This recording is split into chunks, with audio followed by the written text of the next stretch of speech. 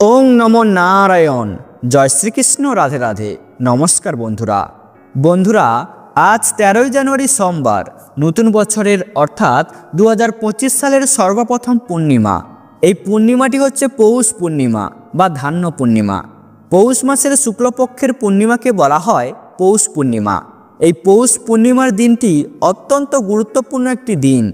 এই দিন ভক্তরা পবিত্র নদীতে স্নান করলে পূর্ণিমা পুণ্য অর্জন লাভ করা সম্ভব হয়।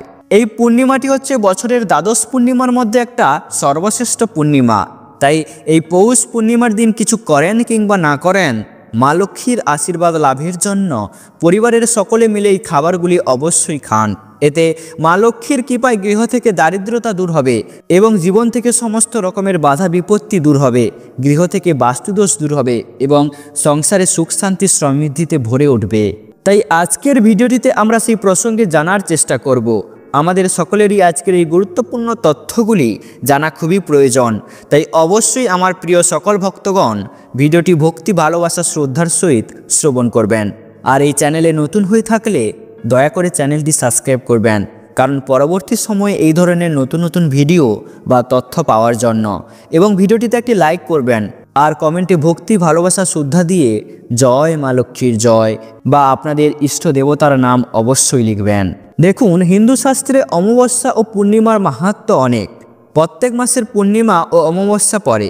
পূর্ণিমা শুক্লপক্ষে ও অমাবস্যা কৃষ্ণপক্ষে হয়। এই পূর্ণিমা ও অমাবস্যার তিথি দেখে পুজোর সময় নির্ধারণ করা হয়। শাস্ত্রে পূর্ণিমার দিনগুলোকে সবচেয়ে শুভ বলে মনে করা হয়। একটি পূর্ণিমা ও একটি অমাবস্যা সহ দুটি চন্দ্রপাক্ষিক একটি হিন্দু মাস তৈরি হয়। বছরে 12টি পূর্ণিমা হয়, প্রতি মাসে একটি করে। হিন্দু পঞ্জিকা অনুসারে পৌষ মাসের শুক্লপক্ষের পূর্ণিমাকে বলা হয় পৌষ পূর্ণিমা। শাস্ত্রে পৌষ পূর্ণিমা অত্যন্ত গুরুত্বপূর্ণ একটি দিন হিসেবে বিবেচিত। তাই আপনারা এই পবিত্র তিথিতে বা এই পবিত্র দিনে পরিবারের সকলের কল্যাণের জন্য পরিবারের সকল সদস্য মিলে এই খাবারগুলো অবশ্যই গ্রহণ করুন। এছাড়াও এই দিনে ভক্তরা পবিত্র নদীতে স্নান করলে পূর্ণিমার পুণ্য ফল লাভ হয়। পূর্ণিমা তিথি শুক্লপক্ষের পঞ্চদশ তিথি। জ্যোতিষশাস্ত্র মতে সূর্য ও চন্দ্র যখন পরস্পরের 169 থেকে 180 ডিগ্রির মধ্যে থাকে তখন পূর্ণিমা তিথি হয়। অর্থাৎ পূর্ণিমা তিথিতে সূর্য ও চন্দ্র একে অপরের বিপরীতে অবস্থান করে। তাই প্রত্যেক বাড়িতে মা লক্ষ্মীর আশীর্বাদ প্রাপ্ত করার জন্য এই পৌষ পূর্ণিমার দিন অর্থাৎ নতুন বছরের প্রথম পূর্ণিমার দিন এই কয়েকটি খাবার বাড়ির সকলে মিলে অবশ্যই খান। এতে গৃহের অশান্তি দূর হবে এবং সুখ শান্তি ফিরে আসবে। এই পবিত্র দিনটি অত্যন্ত শক্তিশালী একটি দিন। তাই এই দিনে ভক্তরা সূর্যোদয় থেকে চন্দ্রোদয় পর্যন্ত পৌষ পূর্ণিমা ব্রত পালন করেন। ব্রত শুরু হয় পবিত্র নদীতে স্নানের মধ্য দিয়ে। ভোরবেলা পবিত্র নদীতে ডুব দিয়ে স্নান করতে হয়। এতে শরীর ও মন শুদ্ধ হয়। এরপর সূর্যদেবকে অর্ঘ্য নিবেদন করা হয়। এই পবিত্র পৌষ পূর্ণিমায় সারাদিন ব্রত পালন করা হয়। এই দিন দরিদ্রকে দান করলে অনেক পুণ্য লাভ করা যায়।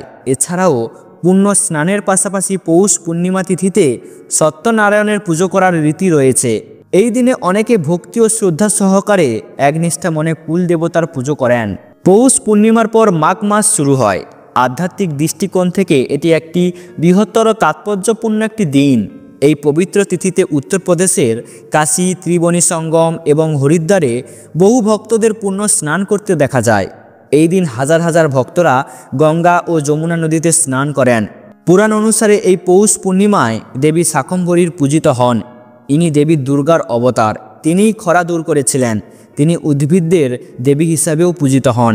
এই পৌষ পূর্ণিমা তিথিতে উৎসর্গ করা হয় দেবী শাকম্ভরীকে। এই দিন দেবীর উপাসনা করলে সকল মনস্কামনা পূর্ণ হয়, দূর হয় জীবন থেকে সকল প্রতিবন্ধকতা। তাই নিয়ম নিষ্ঠার সঙ্গে এই দিন এই ব্রত পালন করুন। এতে সকল কাজে সফল হবেন এবং গৃহ থেকে বাস্তুদোষ দূর হবে, জীবনে সকল মনস্কামনা পূর্ণ হবে, জীবনে মান সম্মান খ্যাতি অর্জন করবেন। পৌষ মাসের পূর্ণিমা হিন্দু ধর্মে একটি গুরুত্বপূর্ণ দিন। পৌষ মাসের পূর্ণিমা দিয়ে শুরু হয় মাঘ মাসের পবিত্র স্নান। উত্তর ভারতে এই দিনটিকে শুভ বলে মনে করা হয়।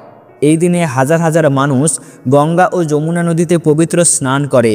এছাড়াও এই পৌষ মাসের পূর্ণিমা তিথিতে হাজার হাজার মানুষ গঙ্গা নদীতে পবিত্র স্নান করতে হরিদ্বার এবং প্রয়াগরাজ আসেন। শীতকাল থাকলেও মা গঙ্গার পবিত্র জলে স্নান করতে হয় মানুষকে। এই পবিত্র তিথিতে বিশ্বাস করা হয় যে এই দিনে গঙ্গা স্নান করলে সমস্ত পাপ থেকে মুক্তি পাওয়া যায়, এমনকি মোক্ষও লাভ হয়। এটা বিশ্বাস করা হয় যে পৌষ পূর্ণিমার শুভ দিনে পবিত্র ডুব আত্মাকে জন্ম ও মৃত্যুর ধ্রুবক চক্র থেকে মুক্তি দেয়। যদি কোনো ব্যক্তি এইসব তীর্থস্থানে যেতে না পারেন, তবে তিনি এই দিনে সূর্যোদয়ের আগে নদী, পুকুর, কূপ ইত্যাদি জলে স্নান করতে পারেন। স্নানের পর শুদ্ধ বস্ত্র পরিধান করে ভগবান বাসুদেবের পুজো করুন। পূজা শেষ হলে ব্রাহ্মণদের খাওয়ানোর পর তাদের কিছু দান করে বিদায় দেন। এতে ভগবান বাসুদেব অত্যন্ত প্রসন্ন হন এবং সেই ব্যক্তির জীবনে সুখের আগমন হয়। ভগবান সত্যনারায়ণের উপবাসও পৌষ পূর্ণিমার দিনে পালন করা হয় এবং ভগবান বিষ্ণুকে পূর্ণ ভক্তি সহকারে পুজো করা হয়। সারাদিন উপবাসের পর সত্যনারায়ণ গল্প পাঠ করতে হবে। দেবতাদের উদ্দেশ্যে বিশেষ প্রসাদ প্রস্তুত করা হয়। তবে ভগবানকে নানা নিরামিষ ভোগ যেমন লুচি, সুজি, খিচুড়ি, তরকারি, ভাজা, পায়েস, ক্ষীর, নানা রকমের মিষ্টি ইত্যাদি দিতে পারেন। আর দই, গঙ্গাজল, মধু ও শুকনো ফল সহযোগে চরণামৃতও তৈরি করে অর্পণ করা যেতে পারে এবং তারপর পুজো শেষ হয়ে যাওয়ার পর এই ভগবানকে নিবেদন করা প্রসাদ এই পবিত্র দিনে পরিবারের সকল সদস্যরা মিলে এই নিরামিষ খাবারগুলি খেয়ে শুদ্ধ থাকা উচিত। পৌষ পূর্ণিমার দিনে সারা ভারতে ভগবান শ্রীকৃষ্ণের মন্দিরে বিশেষ পুষ্পাভিষেক যাত্রা পালিত হয়। রামায়ণ এবং ভগবদ্গীতার উপর বক্তৃতাও এই দিনে আয়োজন করা হয়। পৌষ পূর্ণিমার দিনে দান করাও অত্যন্ত শুভ। বিশ্বাস করা হয় যে এই দিনে দান করলে সহজেই ফল পাওয়া যায়। দানের মধ্যে অন্নদান গুরুত্বপূর্ণ একটি দান। অন্নদানের অধীনে মন্দির ও আশ্রমের অভাবীদের বিনামূল্যে খাবার পরিবেশন করা হয়। এই দিনে বহু ভক্তরা ভগবান বিষ্ণুর পুজো করেন এবং সত্যনারায়ণের উপবাস রাখে এবং এই দিনে সকল কৃষ্ণ ভক্তদের সত্যনারায়ণ কথা পাঠ করতে হবে এবং দেবতাকে নিবেদিত পবিত্র খাবার তৈরি করতে হবে। এই দিনে ভগবদ্গীতা এবং রামায়ণ পাঠ করা একটি গুরুত্বপূর্ণ আচার। এর ফলে সেই ব্যক্তির জীবন থেকে সমস্ত দারিদ্রতা, দুঃখ, দুর্দশা নিমেষেই দূর হয় এবং এই পবিত্র তিথিতে ভারত জুড়ে ভগবান বিষ্ণু এবং মা লক্ষ্মী এবং ভগবান শ্রীকৃষ্ণের বিভিন্ন মন্দিরে পুষ্প অভিষেক যাত্রা পালন করা হয়। 13ই জানুয়ারি সোমবার অবশ্যই এই পবিত্র দিনে সকল ভক্তরা খুব ভোরে পবিত্র নদীর তীরে পবিত্র স্নান করে। এরপর তারা খাদ্য ও জল খাওয়া থেকে বিরত থেকে পৌষ পূর্ণিমা ব্রত পালন করে। তারপর তারা মন্দিরে বা তাদের বাড়িতে বা কর্মস্থলে বিষ্ণু ও মা লক্ষ্মীর পুজো করে। পুজো সম্পূর্ণ হয়ে যাওয়ার পর ভক্তরা সত্যনারায়ণ কথা পাঠ করেন। সকল ভক্তরা একটি সারিতে সারিবদ্ধ হয়ে 108 বার গায়ত্রী মন্ত্র বা ওং নমো নারায়ণ মন্ত্র জপ করে। তারপর ব্যক্তিরা অসহায় ব্যক্তিদের বা গরিব দুঃখীদের খাদ্য ও বস্ত্র প্রদান করে। এর ফলে তাদের জীবনে পুণ্য লাভ হয়। এই পবিত্র পৌষ পূর্ণিমাটি সোমবার হওয়ায় এই দিনে শিবের বিশেষ পুজো অবশ্যই করুন। শিবলিঙ্গে তামার ঘটিতে জল নিয়ে ভগবান ভোলানাথকে নিবেদন অবশ্যই করুন।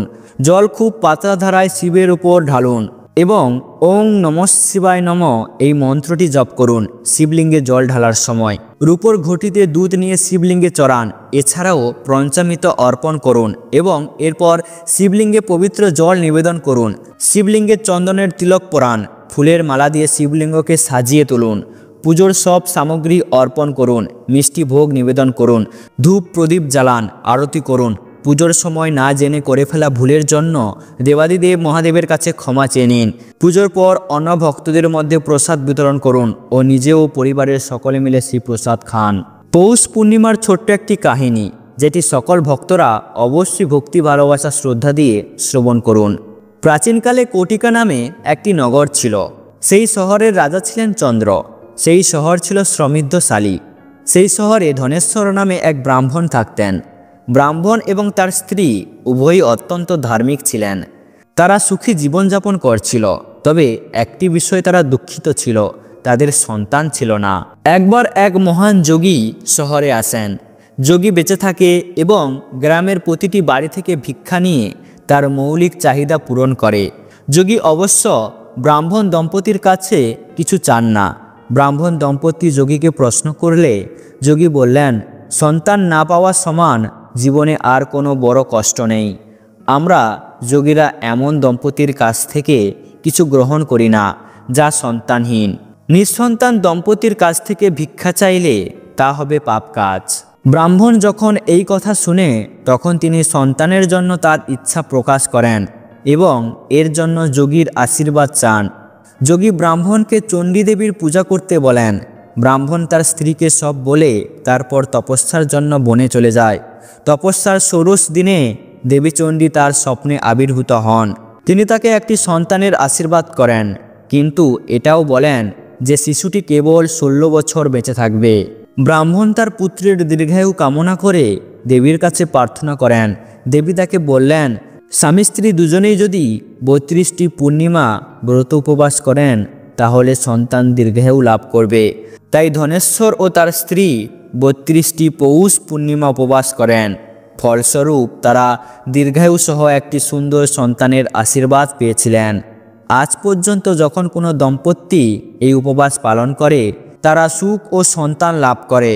মহিলারা যখন বিশেষভাবে এই উপবাস করেন তখন তাদের জীবনসঙ্গীর দীর্ঘায়ু লাভ করেন।